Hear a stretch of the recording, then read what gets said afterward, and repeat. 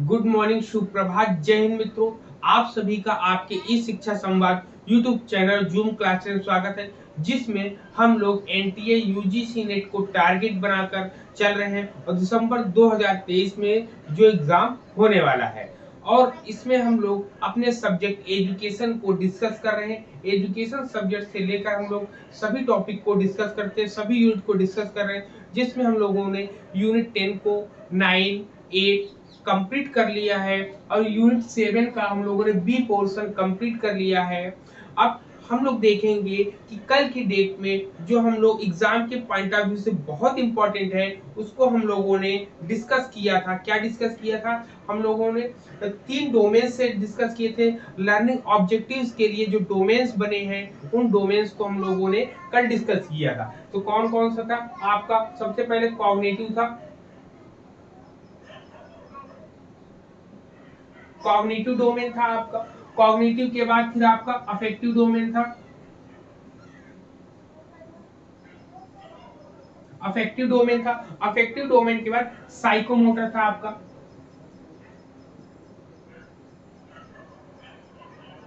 Psycho motor domain था आपका। ये 3 डोमेन्स के बारे में हम लोगों ने बात की थी, लेकिन हम लोगों ने इससे पहले जो ब्लूम्स की टेक्सोनॉमी पढ़ा था वो था, लेकिन अब हम लोग के जो सिलेबस में है वो आपका कॉग्निटिव में एंडरसन एंड क्रैथवॉल के अकॉर्डिंग है। किसके?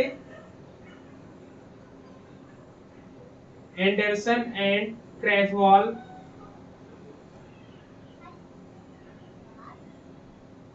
क्रैथवॉल के अकॉर्डिंग है। अगर अफेक्टिव डोमेन की बात करें तो अफेक्टिव डोमेन को हम लोग क्रैथवॉल के अकॉर्डिंग देखेंगे। क्रैथवॉल के अकॉर्डिंग देखेंगे। और साइकोमोटर डोमेन को अगर हम देखेंगे तो आरिस दवे ने इसके बारे में क्या बताया है, इसके बारे में बात करेंगे। ठीक, आरिस दवे ने इसके बारे में क्या बताया, इसके बारे में हम लोग डिस्कस कर लेंगे। ठीक है। अब यहाँ पर सबसे पहले देखते हैं कि इन्होंने एंडरसन एंड क्रैथवॉल ने साइकोमोटर डोमेन में क्या चीजें बताई है। इन्होंने सबसे पहले नंबर 1 पर क्या बताया है? क्रिएटिंग। जैसे ब्लूम्स की टेक्सोनॉमी को तीनों एक साथ हम लोग पढ़ते हैं, वैसे ही हम लोग जो अब नए रूप में दिया गया है उसको भी हम लोग एक साथ पढ़ने का देख रहे हैं कॉम्परेटिव में, जिससे आपको कोई कंफ्यूजन नहीं होगा। अब इसके बाद हम लोग क्रैथवॉल के अकॉर्डिंग देखते हैं। क्रैथवॉल ने क्या बताया है? कैरेक्टराइजेशन है आपका। अब इसके बाद जब हम लोग साइकोमोटर डोमेन की तरफ चलते हैं तो आर.एस. दवे के अनुसार क्या होता है उसको हम लोग देख लेते हैं। ठीक, नेशनलाइजेशन हो जाएगा आपका। ये रहा आपका कॉम्परेटिव में तीनों लोगों ने क्या क्या पॉइंट्स को डिस्कस किया है, उसको हम लोग लेकर बता रहे हैं। या प्राकृतिकरण। ठीक, तो ये रहा हम लोगों ने डिस्कस किया है। इसमें तुलनात्मक रूप में इसको देखा है, जैसे ब्लूम्स की टेक्सोनॉमी में दिए गए वैसे इन 3 लोगों ने मिलकर अलग अलग पॉइंट को डिस्कस किया है। ठीक है, आप इसको नोट डाउन कर लें।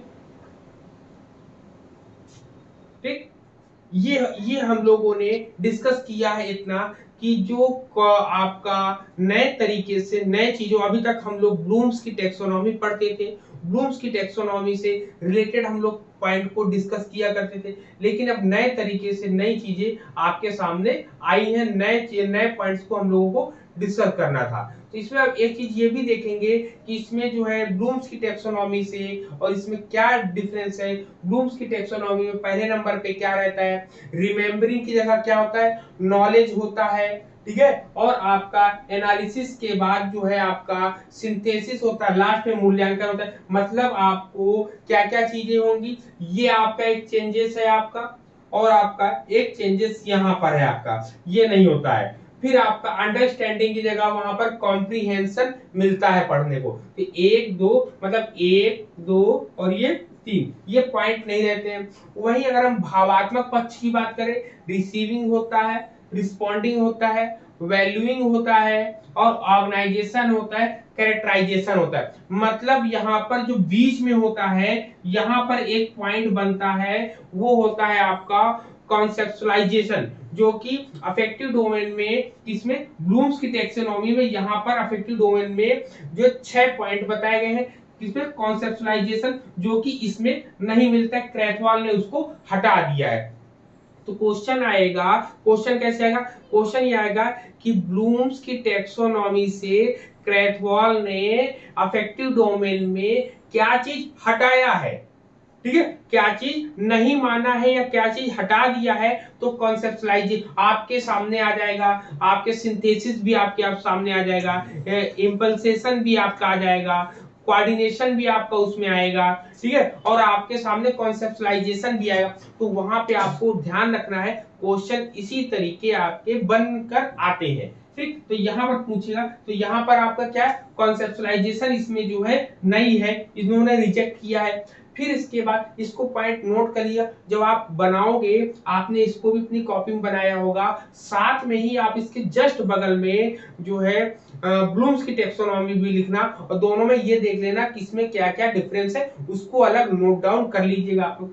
अब हम साइकोमोटर डोमेन की बात करेंगे, जिसको क्रियात्मक या मनोगत्यात्मक बोलते हैं। इसमें क्या डिफरेंस है, इसमें जो है ब्लूम्स की टैक्सोनॉमी में इम्पल, यहाँ पर इमिटेशन है, यहाँ पर इमिटेशन है, वहां पर इम्पल्सेशन है, ठीक है, यहाँ पे अनुकरण करना है, वहां पर उद्दीपक या उद्दीपन है वहां पर, ठीक। मैनिपुलेशन वैसे ही है, यहाँ पे, वहां पर कंट्रोल है, यहाँ प्रोसेसिंग है, तो यहाँ पर ये भी आप चेंजेस हुआ, दो चेंजेस हो गए आपके, दो चेंजेस। फिर वहां पर आपका कोऑर्डिनेशन है, और यहाँ पर आपका आर्टिकुलेशन है, ये भी चेंज है आपका, ठीक है, ये भी आपका चेंज है, आपका आर्टिकुलेशन की जगह वहां पे कोऑर्डिनेशन है आपका, ठीक। नेचुरलाइजेशन वैसे ही रहेगा। तो एक दो तीन, तीन चेंजेस इसमें किए इन्होंने, एक चेंजेस इसमें किया इन्होंने, और तीन चेंजेस इसमें किया है। तो इन लोगों ने अपने तरीके से पॉइंट को डिस्कस करके बताया है, ठीक। तो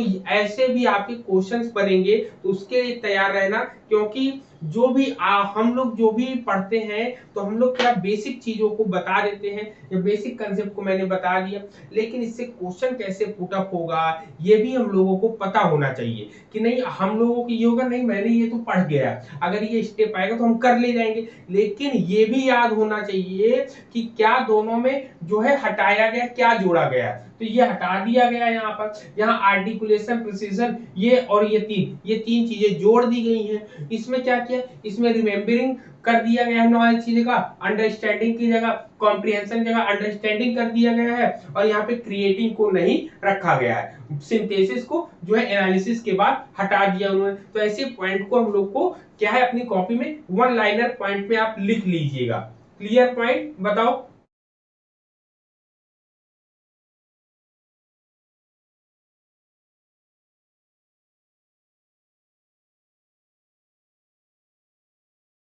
यूनिट 7 के सेक्शन सी में डिस्कस करने वाले हैं हम लोग, और यूनिट 7 का सेक्शन सी क्या है, assessment in pedagogy of education. मतलब यहाँ करेंगे, आपके सिलेबस में अब क्या है, फीडबैक डिवाइसेस है आपका, क्या है, फीडबैक डिवाइसेस, यही से हम लोग डिस्कस करेंगे,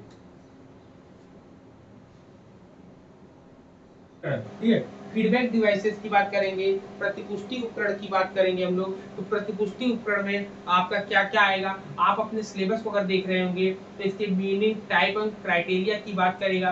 तो इसकी मीनिंग हम लोग सबसे पहले देखते हैं, क्या है फीडबैक होता क्या है, मीनिंग ऑफ फीडबैक के बारे में जानेंगे।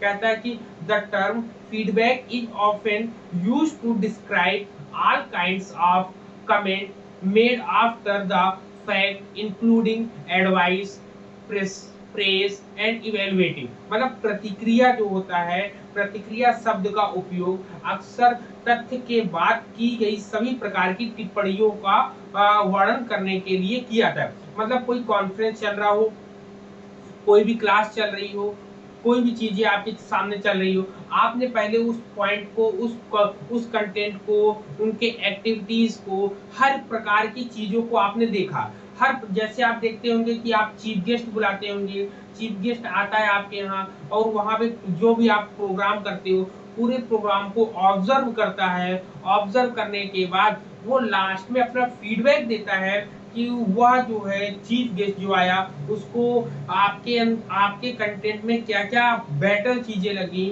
उसके बारे में तारीफ करता है, और जो चीजें आपको नहीं सही लगी उसकी कमियों को बताकर उसको दूर करने की बात भी बताता है। तो ये सब क्या है, ये फीडबैक डिवाइस मतलब फीडबैक के अंतर्गत आता है, कि प्रतिपुष्टि के अंतर्गत ये आता है। इसमें क्या होती है, इसमें किसी की सलाह शामिल होती है। याद रखिए, फीडबैक में किसी की सलाह शामिल होती है, किसी की प्रशंसा शामिल होती है, या किसी का मूल्यांकन शामिल होता है। क्या क्या शामिल होता है, एडवाइस, एडवाइस शामिल है आपका, प्रेज शामिल है आपकी, और आपका इवैल्यूएशन शामिल है। ठीक, मतलब सलाह, प्रशंसा, ठीक, प्रशंसा के बाद मूल्यांकन। ठीक, ये तीन चीजें इसमें मुख्य रूप से हम लोगों को देखने को मिलती हैं, कि जब कभी कोई भी फीडबैक देता है वह सलाह में आपकी कमियां जो होती है वो बता देता है, अच्छाइयां जो रहती है वो प्रशंसा में चली जाती हैं, मूल्यांकन में संपूर्ण चीजें बताता है कि इससे कितना बेनिफिट हुआ, कितना बेनिफिट आपका नहीं हुआ। तो बेसिकली रूप से, मूल रूप से हम कह सकते हैं, प्रतिक्रिया इस बारे में हमें जानकारी देता है कि हम एक लक्ष्य तक पहुंचने के लिए अपने प्रयासों में कैसे काम कर रहे हैं। कहते हैं ना कि जब कभी हमारा एग्जाम होता है, एग्जाम से हमें फीडबैक मिलता है कि हम अब जितने नंबर लाते हैं, तो हम अपने आप को देखते हैं कि हम किस जो है कैटेगरी में है, या किस स्थिति में है। ये भी एक फीडबैक का काम करता है कि हमें कितनी और मेहनत करनी है अपने एग्जाम को क्रैक करने के लिए। तो ये भी एक फीडबैक का ही काम करता है आपका। ठीक, फीडबैक में कहते हैं basically feedback is information about how we are doing in our effort to reach a goal। ठीक, रीच अ गोल। तो यहाँ पे मूल रूप से जो भी हमारी प्रतिक्रिया होती है, हम अपने लक्ष्य तक पहुंचने के प्रयासों में कैसे वहां क्या वर्क कर रहे हैं, ये हमें फीडबैक देता है यहाँ पर। ठीक, क्लियर पॉइंट यहाँ पर कि फीडबैक क्या होता है। सर, हाँ बोले। सर जो आपने डेफिनेशन बोला था प्रतिपुष्टि उपकरण का, वो फिर से बोल दीजिए। अच्छा, ठीक है, तो लिखेंगे हम लोग कि प्रतिक्रिया, लिखेंगे प्रतिक्रिया हमें इस बारे में जानकारी प्रदान करता है। अभी इंग्लिश में भी लिखा देंगे। ठीक है, मूल रूप से प्रतिक्रिया इस बारे में हमें जानकारी प्रदान करता है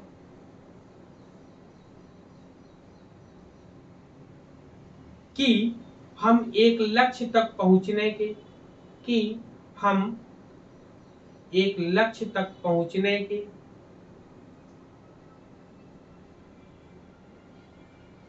प्रयासों में, लक्ष्य तक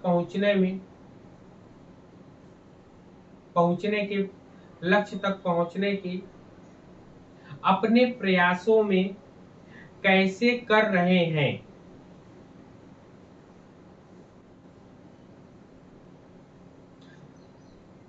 ठीक, इंग्लिश में लिखेंगे basically feedback is information,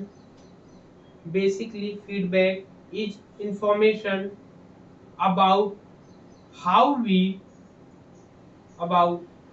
we are doing in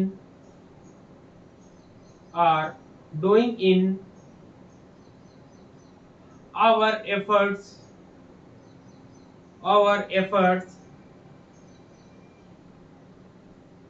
to reach a goal। Clear.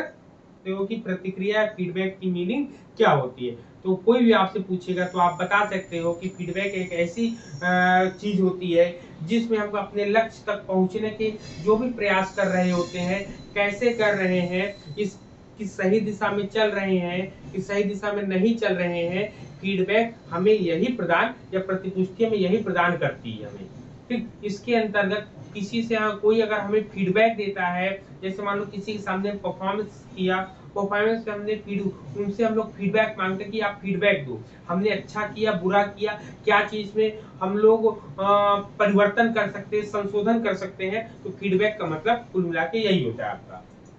ठीक, फिर इसके बाद ये होती है कि फीडबैक देना हुआ, फीडबैक के लिए डिवाइसेस का भी यूज करते हैं हम लोग, उपकरण का यूज करते हैं। तो कहते हैं कि it include variety of procedures, devices, methods और वे use to provide feedback to student for their performance. मतलब इसमें विभिन्न प्रकार की प्रक्रियाओं का हम प्रयोग करते हैं, उपकरणों का प्रयोग करते हैं, तरीकों को शामिल करते हैं जो छात्रों को उनके प्रदर्शन के लिए प्रतिपुष्टि प्रदान करने के लिए बहुत उपयोगी हो जाती है। अब हम फीडबैक डिवाइसेस के बारे में बात करेंगे।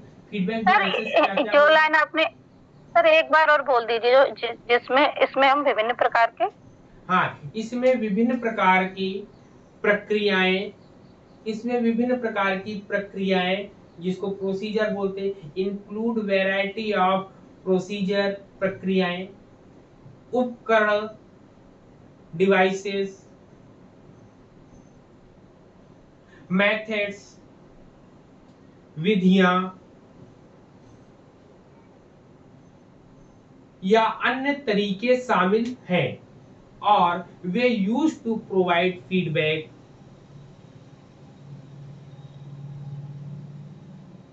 जो छात्रों को उनके प्रदर्शन के लिए to student for their performance, जो छात्रों को उनके प्रदर्शन के लिए प्रतिक्रिया प्रदान करने के लिए उपयोग किए जाते हैं।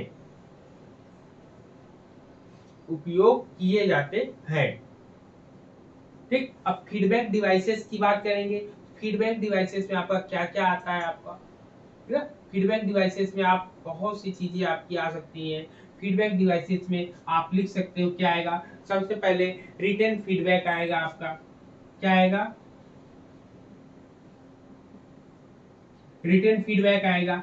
रिटन फीडबैक के बाद फिर आपका ओरल फीडबैक है,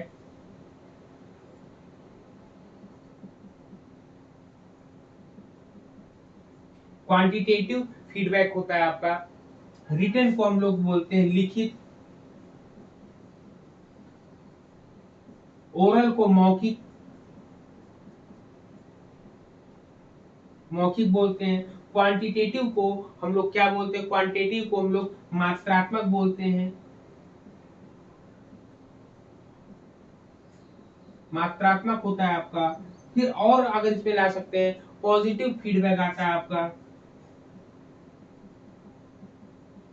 पॉजिटिव फीडबैक आता है आपका, मतलब सकारात्मक। ठीक, फिर निगेटिव फीडबैक आएगा, निगेटिव फीडबैक आएगा आपका जिसको नकारात्मक बोलते हैं, नकारात्मक को फीडबैक होता है। फिर और इसमें क्या आएगा, वर्बल आपका फीडबैक आएगा, आपका वर्बल फीडबैक आएगा। फिर आपका नॉन वर्बल आएगा। ठीक, वर्बल फीडबैक को जो मौखिक होता है उसी को होता है, गैर मौखिक आपका हो जाता है शाब्दिक और अशाब्दिक। ये शाब्दिक हो जाएगा और ये अशाब्दिक। ठीक, ये आपके वर्बल नॉन वर्बल फीडबैक के रूप में आप हम लोग डिवाइस को यूज करते हैं। ठीक है, फीडबैक आपका ये आपके टाइप्स ऑफ फीडबैक के बारे में हम लोग बात कर रहे हैं। ठीक है ना, इसमें आप क्राइटेरिया की बात करेंगे, इसमें हम इसको साफ करें और क्राइटेरिया,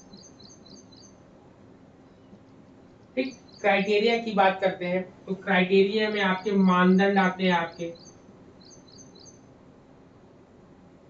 ठीक, मानदंड आता है क्राइटेरिया में। तो क्राइटेरिया में क्या क्या मानदंड आएंगे ये हम देखते हैं हम लोग। ठीक, क्राइटेरिया में क्या क्या मानदंड आते हैं। सबसे पहले आपका क्राइटेरिया आती है क्या, प्लानिंग आती है। ठीक, प्लानिंग मीन्स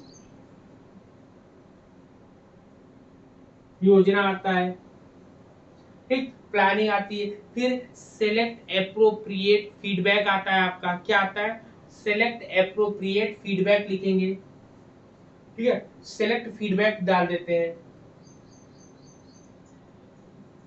सेलेक्ट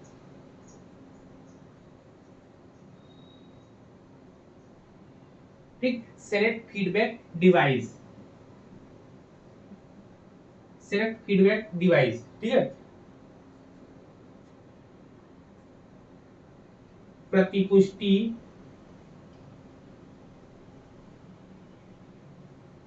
उपकरण का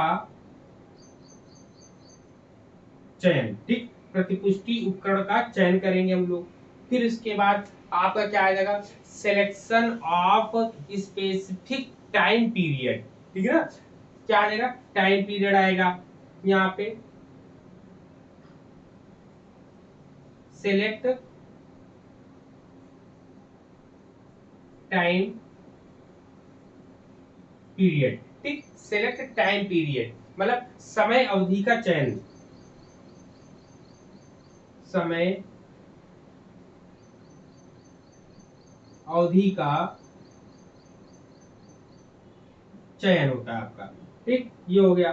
समय अवधि के चयन के बाद देखेंगे ask the receipt for on feedback, ठीक है, स्वयं की प्रतिक्रिया के लिए प्राप्तकर्ता से पूछना, मतलब लिखेंगे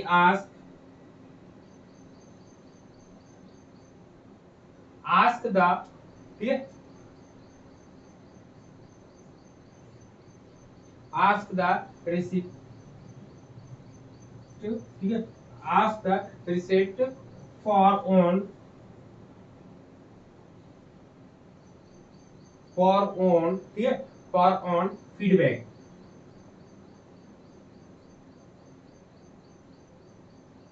ठीक, फीडबैक मतलब लिखेंगे स्वयं की प्रतिक्रिया के लिए, स्वयं की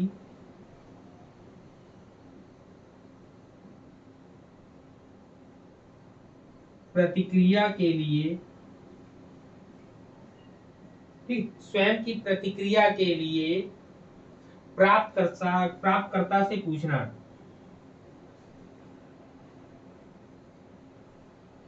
प्राप्तकर्ता से पूछना होगा, ठीक है, ये हो गया आपका, इतना हो गया सर। हाँ, वे, ठीक है, पॉजिटिव वे मतलब एक सकारात्मक तरीके से समाप्त करना, एक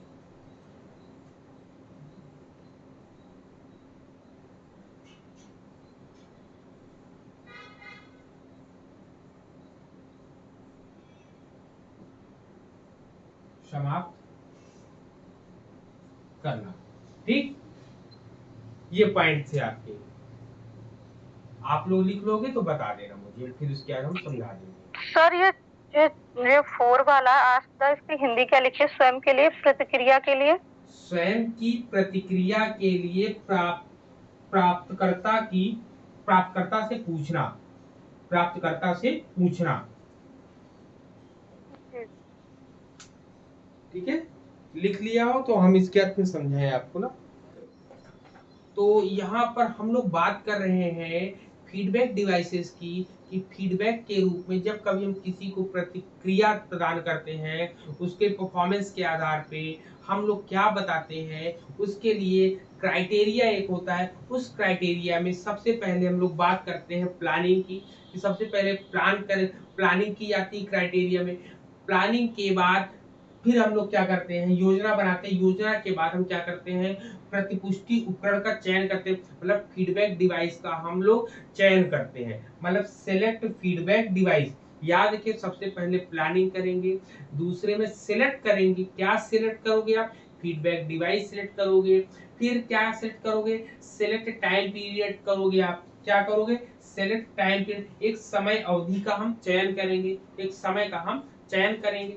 फिर इसके बाद चौथे पर क्या आता है, चौथे पे आता है ask the receipt for on feedback, मतलब क्या करेंगे, स्वयं की प्रतिक्रिया के लिए प्राप्तकर्ता से पूछना। जो भी आपके सामने बैठा होगा, जो उसको प्राप्त कर रहा होगा आपकी चीजों को, उससे जो है हम लोग उससे पूछेंगे। जब उससे पूछेंगे तो वो क्या करेगा, वो एक्टिवली क्या करेगा, वो सक्रिय रूप से सुनेगा और छात्र की भावनाओं को समझेगा। अब जैसे है, हम केवल एक ही पक्ष, बालक के एक ही पक्ष को देख रहे हैं कि वो क्लास में याद नहीं करता है या याद कर कर नहीं आ रहा है। जैसे हम हैं, हम आपसे कहें कि आपको हम डेली काम देते हैं और आप डेली याद नहीं करके आते हो, या मान लो दो, मैंने कल के लिए काम दिया और आप जो है आज याद कर कर नहीं है, तो मैं केवल अपने पक्ष को ही देखूं और आपके पक्ष को ना देखूं, ये गलत हो जाएगा ना कि आप लोग किस कंडीशन में रहोगे। ऐसा तो है नहीं कि कोई भी अपना काम कंप्लीट करके नहीं आना चाहता, सभी लोग आना चाहते हैं। तो कुछ ना कुछ समस्याएं हुआ, उनकी कुछ फीलिंग्स होती हैं। वही कह रहा है कि भावनाओं को समझे, तो वही कह रहा है कि यहाँ पर सही रूप से बच्चे को सुने और उसकी भावनाओं को भी समझे कि वो क्या कहना चाहता है। तुरंत उस पर जो है रिएक्शन नहीं करना चाहिए, ये आपका क्राइटेरिया होता है। फिर कहता है कि सही रूप से प्रतिक्रिया प्रदान करना। अब जब हमने समझ लिया तो हमेशा टीचर को या जो भी फीडबैक दे रहा होता है उसको हमेशा इस बात का ध्यान रहना चाहिए कि जो भी हम देंगे वो सामने वाले को बहुत इफेक्टिव करेगा, बहुत प्रभावित करेगा। तो उसको ये कोशिश करनी चाहिए कि उसकी जो कमी है उस कमी को भी इस तरीके से बताएं जिससे उसको बुरा ना लगे और वो चीजों को सही करने की ओर बढ़ जाए। मतलब कह सकते हैं, जैसे कोई बुरा किया तो आप कह सकते हो आपका काम ठीक था लेकिन आप इससे बहुत भी अच्छा कर सकते हो। मतलब आपके अंदर जितनी क्षमता है आपने अपनी पूरी क्षमता से उस कार्य को नहीं किया है, अब आगे भविष्य में आप उस काम को अच्छे तरीके से करोगे। तो ये एंड ऑफ, अब कह रहा है कि and on A positive way. जब कभी फीडबैक हम प्रदान करें तो सामने वाला जो जिसको भी हम फीडबैक प्रोवाइड कर रहे हैं उसको प्रोवाइड करते समय इस बात की उसको पॉजिटिव वे में लेके जाना है ताकि वो उससे और बेहतर तरीके से काम करके आपके सामने नेक्स्ट टाइम आए। आप देखते होंगे जो रियलिटीज परफॉर्मेंस प्रोग्राम्स आते हैं, डांस प्रोग्राम आते हैं, सिंगिंग प्रोग्राम आता है, आपने देखा होगा कि उसमें जो फीडबैक दिया जाता है, सिंगर जो भी है मतलब जो भी का वो लोग एक्टर होते हैं या जो भी परफॉर्मेंस करते हैं उस परफॉर्मेंस में हमेशा जो है वो पॉजिटिव, अगर खराब भी उन्होंने काम किया है तब भी उसमें थोड़ा सा मोटिवेशन डाल के उनको प्रोवाइड करते हैं कि नहीं आपने बेहतर किया है, लेकिन आपकी जितने अंदर एबिलिटी है आपने उस एबिलिटी के अकॉर्डिंग जो है आपने काम नहीं किया है। तो बच्चे को लगता है कि हाँ मैंने सही किया है लेकिन मेरी क्षमता जितनी थी मैंने अपनी पूरी ताकत उसमें नहीं लगाई है। तो वो एक निगेटिव होते हुए भी पॉजिटिव वे में ले जाने का काम किया जाता है। ठीक, इसलिए फीडबैक सभी के लिए बहुत इंपॉर्टेंट वे रोल करता है आपका। Clear point? सर हाँ, सर ये प्रतिपुष्टि उपकरण मतलब फीडबैक डिवाइसेस होते क्या क्या है, क्या क्या आते हैं इसमें? उसमें अभी हमने बताया ना टाइप्स ऑफ फीडबैक में आपका, आपके टाइप्स ऑफ फीडबैक में हमने बताया कि इसमें ओरल होता है आपका, ठीक है, इसमें आपका लिखित रूप में हम दे सकते हैं किसी को हम ओरल रूप में दे सकते हैं, किसी को हम मात्रा के रूप में दे सकते हैं कि आपने 100 में से 70% अच्छा किया, 30% आपने खराब किया। ठीक है, इसमें पॉजिटिव फीडबैक मतलब इसमें टाइप्स ऑफ फीडबैक जितने मैंने लिखाए हैं वही होता है आपका कि written feedback, oral sir feedback और क्वांटिटेटिव फीडबैक आपका, ठीक है, पॉजिटिव फीडबैक आपका, निगेटिव फीडबैक, वर्बल फीडबैक और नॉन वर्बल फीडबैक, इतने हम लोगों ने। सर मतलब कि यही डिवाइसेस है? हाँ, यही डिवाइसेस इसके अंतर्गत आते हैं। क्लियर? ओके सर, अब थैंक इसके यू। हम की पॉइंट्स की बात करें तो यहाँ पर हमेशा एक फीडबैक देने वाले की पॉइंट या उनको ध्यान होना चाहिए कि make the student feel safe. हमेशा कभी भी हम किसी को भी फीडबैक दें तो उसको हम सुरक्षित महसूस कराएं कि आप सेफ सेफ जोन में हो। मतलब आपको उसको फील ऐसा कराना है कि वो सेफ है, थोड़ी सी कमियां हैं उन कमियों को धीरे धीरे करेगा तो अच्छा कर ले जाएगा। सेकेंड पॉइंट में कहते हैं कि never citizen person short coming that can be controlled. मतलब कभी भी व्यक्तिगत कमियों की आलोचना ना करें जिन्हें नियंत्रित नहीं किया जा सकता है। अब क्या ये कह रहा कि व्यक्तिगत, सर ये लिख ले पॉइंट, हम आप एक बार बोल दे तो हम ये नोट कर ले। हाँ लिख सकते हो, लिख लो। इसमें कह रहा कि छात्र को हमेशा सुरक्षित महसूस कराएं उनकी कमियों को बताते हुए। छात्र को हमेशा यह फील कराएं या उसे सुरक्षित महसूस कराएं उसकी कमियों को बताते हुए। अब जैसे आप देखते हैं कि कोई भी बच्चा किसी टीचर के पास पढ़ता है, कहता है कि आपके अंदर ये कमियां हैं, लेकिन आप परेशान मत हो, आपका 15 दिन में ये प्रॉब्लम सॉल्व हो जाएगी या 20 दिन में आपकी प्रॉब्लम सॉल्व हो जाएगी। या कोई मैथ का बच्चा, जैसे आप लोग मैथ के कोई भी होगा उसको मैथ से डर लगता है, तो मैं कह दूं नहीं, आपको इससे परेशान नहीं होना है, अभी 10 दिन हम लोग प्रैक्टिस करेंगे तो आपकी मैथ सही हो जाएगी, डीआई पोर्शन आपका मजबूत हो जाएगा, तो आपके अंदर कॉन्फिडेंस आएगा। आपके अंदर ये कमी भी है और इस कमी को पूरा करने के लिए हम आपको सेफ जोन में रख भी रहे हैं। तो यही होता है। दूसरा पॉइंट लिखेंगे, कभी भी व्यक्तिगत कमियों की कभी भी व्यक्तिगत कमियों की आलोचना ना करी जाए, आलोचना ना करी जाए जिसको हम नियंत्रित नहीं कर सकते। सुनीता म्यूट कर लो अपने आप को। हाँ, जिसको हम नियंत्रित नहीं कर सकते, मतलब हमारे अंदर कुछ चीजें ऐसी होती हैं जिसको हम कंट्रोल नहीं कर सर फिर सकते। से एक बार रिपीट कर दीजिए। हाँ हाँ, वो आवाज आ रही थी, सुनाई नहीं दिया। ओके। इसमें लिखिएगा, कभी भी व्यक्तिगत कमियों को कभी भी व्यक्तिगत कमियों की आलोचना ना करें,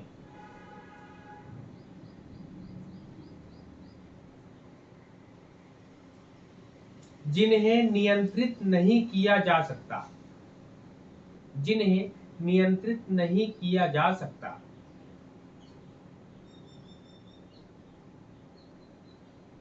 ठीक, अब इसमें क्या कह रहा है, इसमें कह रहा है कि कभी भी हम लोगों को अपनी आलोचना किसी दूसरे के सामने नहीं करनी चाहिए। यदि हम अपनी कमियों को, अपनी अंदर जो बहुत बड़ी कमी है, हम जानते हैं कि मेरे अंदर वो कमी है और हम दूसरे को बताएं, तो ये गलत चीज है। यही कह रहा है कि जिसको हम नियंत्रित नहीं कर सकते उसको हम किसी और को बताए ना। अगर हम जो चीज हम नियंत्रित कर सकते हो, हमारे अंदर क्षमता हो नियंत्रित करने की, तो ही हम उसको बताएं ताकि हम उसमें जो है उसको प्रॉब्लम को सॉर्ट आउट करें। जैसे कभी कभी गुस्सा किसी को आना, गुस्सा आना ये एक लाजमी चीज है, ये कोई और नहीं कंट्रोल कर सकता है, ये खुद हम लोग जो है धीरे धीरे उसको हम लोग कंट्रोल करते हैं। ठीक है, तो ये व्यक्तिगत कमी जो होती है उसको किसी को नहीं पता है। क्यों ऐसा इसलिए होता है, क्योंकि इससे क्या होता है, कॉन्फिडेंस लेवल सामने वाले का भी कम होगा, कि उसको भी लगेगा कि मेरे अंदर भी कोई ऐसी कमी होगी जिसको हम चेंजेस नहीं कर सकते हैं, तो वो उसके मन में भी ऐसी धारणाएं बनेंगी। इसलिए पर्सनल जो है, कहते कि never citizen personal short coming that can not be control, जिसको हम कंट्रोल नहीं कर सकते उसको हमें नहीं आलोचना करनी चाहिए। फिर नेक्स्ट पॉइंट में कहता है कि छात्रों को सुधार के लिए अपनी योजना समझाएं और कहकर समझाएं कि और जांच भी उसकी करते रहे। मतलब यहाँ पर जो भी छात्र आते हैं उनको हम लोग कहते हैं कि check understanding by asking student to explain his her plan for improvement be positive.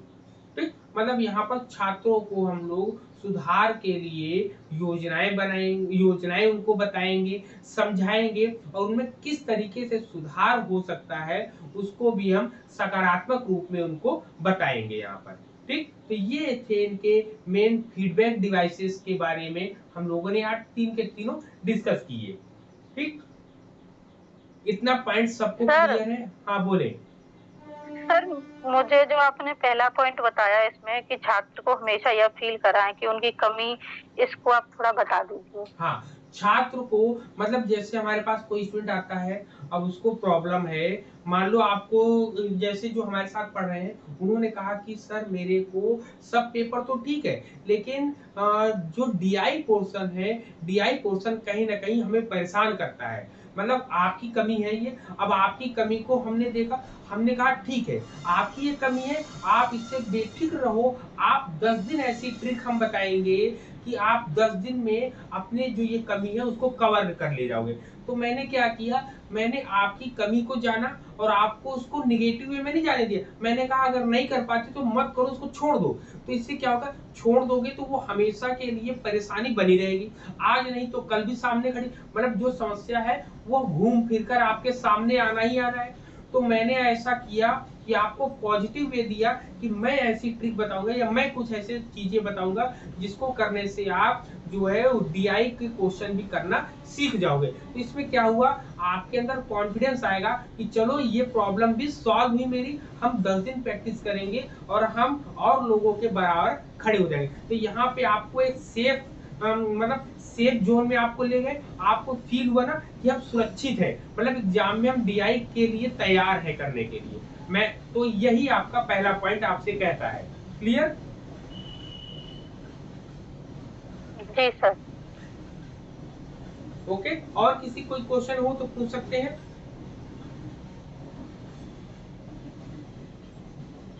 No sir. Okay, okay.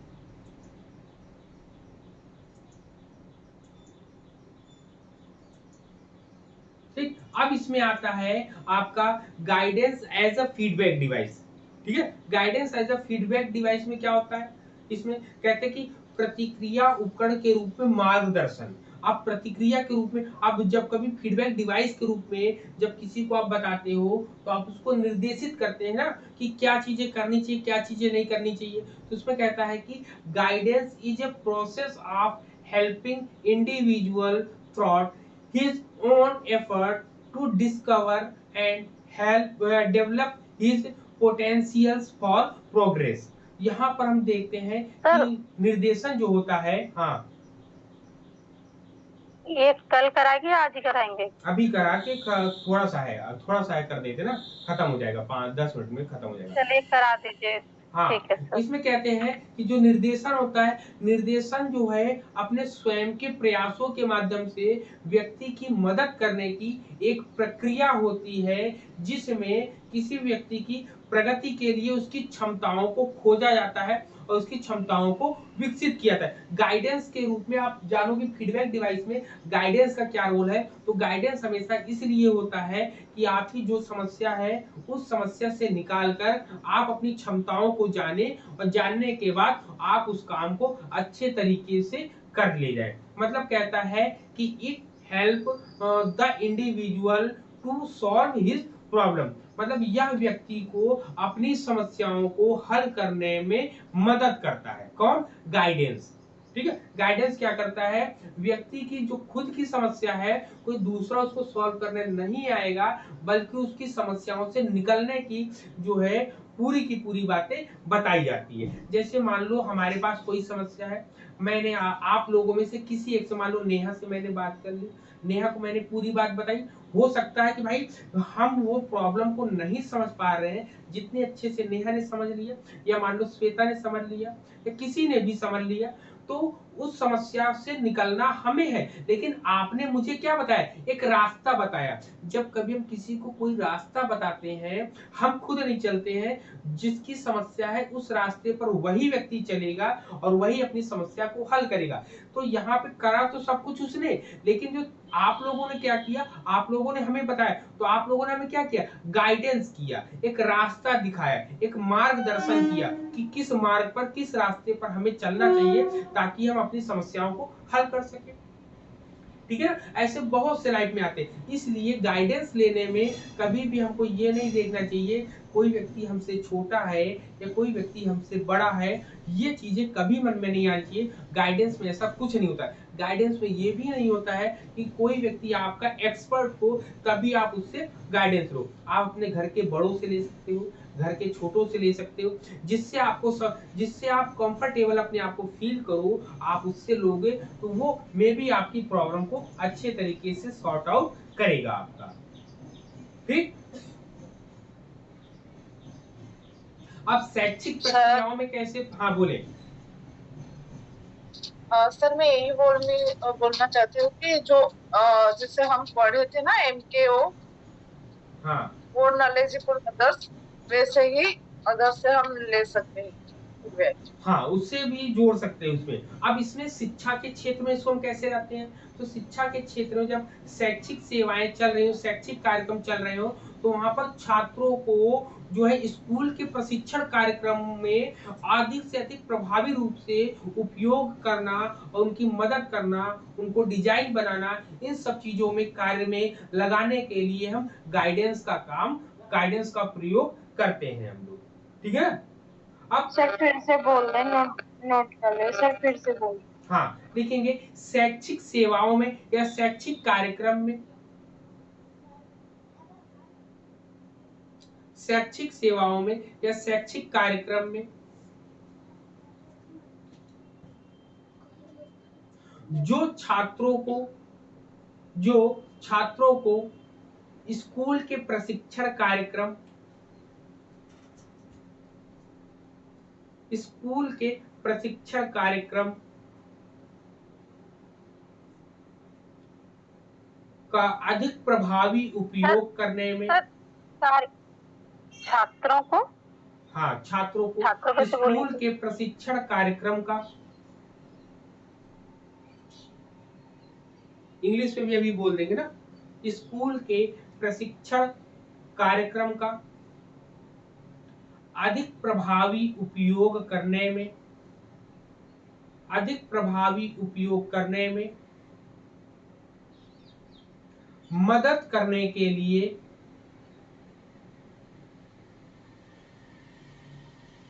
Design तैयार किया जाता है या प्रारूप तैयार किया जाता है आपका। देख लिया। अब इंग्लिश में लिखेंगे इट इज एन, लिखिए it is an educational service या educational programme,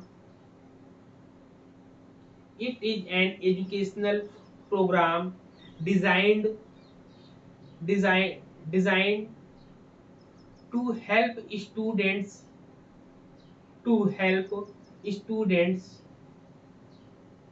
make more effective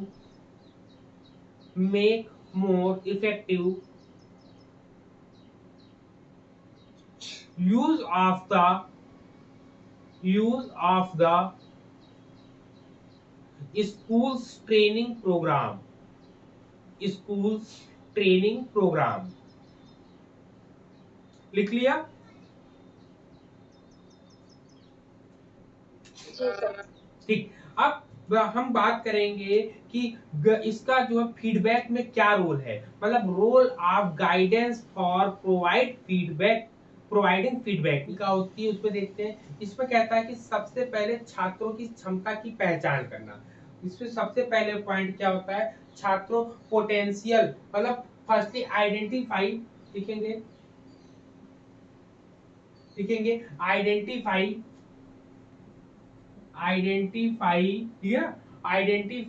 the potential,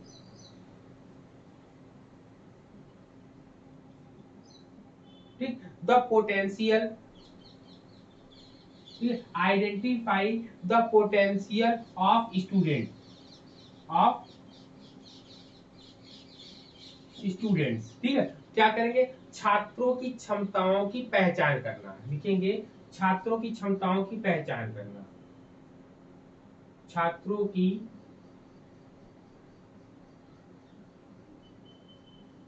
क्षमताओं की पहचान करना, ठीक। पहला पॉइंट ये हो गया। फिर इसके बाद क्या कहते हैं, फिर नेक्स्ट में कहते हैं provide help to solve problem, लिखेंगे प्रोवाइड ठीक है, लिखेंगे provide help to solve problem. ठीक, मतलब क्या कहेंगे कि यहाँ पे समस्या को हल करने में मदद प्रदान करना, समस्या को हल करने में। सर एक बार पहला पॉइंट बोल दीजिए, आइडेंटिफाई का। बोल रहे मदद समझ में नहीं प्रदान। आ रहा। पोटेंशियल ऑफ हाँ, student. Identify the potential of student, मतलब छात्रों की क्षमताओं की पहचान करना। दूसरे पॉइंट में provide help to solve problem, मतलब समस्या को हल करने में मदद करना, मदद प्रदान करना होता है। ठीक, नेक्स्ट पॉइंट और क्या होता है, फिर कह सकते हैं प्रोवाइड मोटिवेशन, प्रेरणा प्रदान करना। लिखेंगे प्रोवाइड मोटिवेशन, प्रोवाइड मोटिवेशन आपका हो जाएगा। ठीक, मोटिवेशन मतलब प्रेरणा प्रदान करना होता है आपका।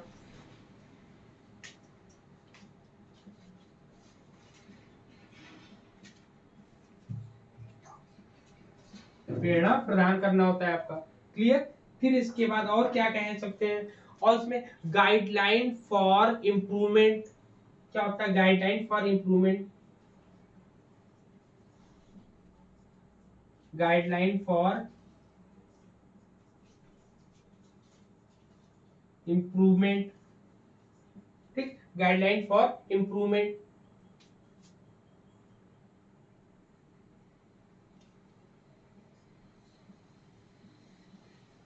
इम्प्रूवमेंट। ठीक है, मतलब गाइडलाइन फॉर इम्प्रूवमेंट, सुधार के लिए दिशा निर्देश, सुधार के लिए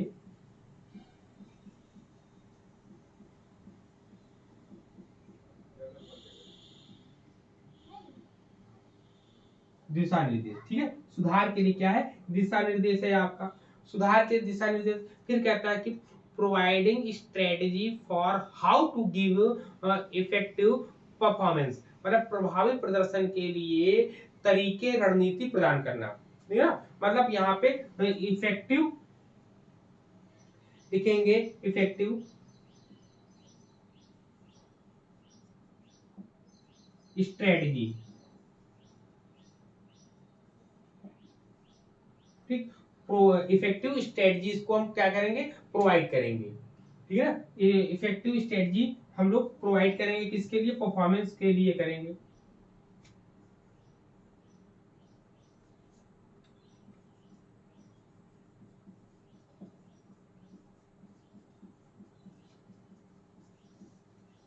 ठीक है ना, प्रभावी रणनीतियों के बारे में हम बताएंगे यहाँ पर। ठीक है ना, तो यहाँ पर इतने पॉइंट्स हम लोगों को मिलते हैं यहाँ पे। ठीक है, क्या आपका आपका क्या ये रोल ऑफ, ठीक है, role of guidance,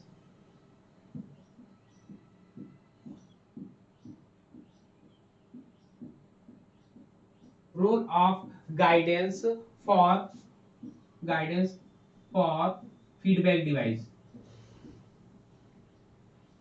feedback device, ये आपका है। ठीक है ना, ये पॉइंट हम लोगों ने डिस्कस किए। ठीक है, तो क्या करेंगे, फिर आप बात करेंगे फीडबैक डिवाइस में, और हम लोग क्या आएगा, असेसमेंट ऑफ पोर्टफोलियो हम लोग पढ़ेंगे, रिफ्लेक्टिव जर्नल्स पढ़ेंगे, field engagement rubrics, field engagement using rubrics पढ़ेंगे। ठीक, कॉम्पिटेंसी बेस्ड इवेल्युएशन है, और assessment of teacher prepared ICT resources के बारे में हम लोग पढ़ेंगे। ठीक है ना, तो इतने पॉइंट सबको क्लियर हो गए, बताइए। जी सर। चलो, ठीक है, तो आप लोग को आप लोग का होमवर्क क्या रहेगा, आप लोग यूनिट जो है 10 का क्या करके आओगे, यूनिट 10 के टाइप्स हो गए थे।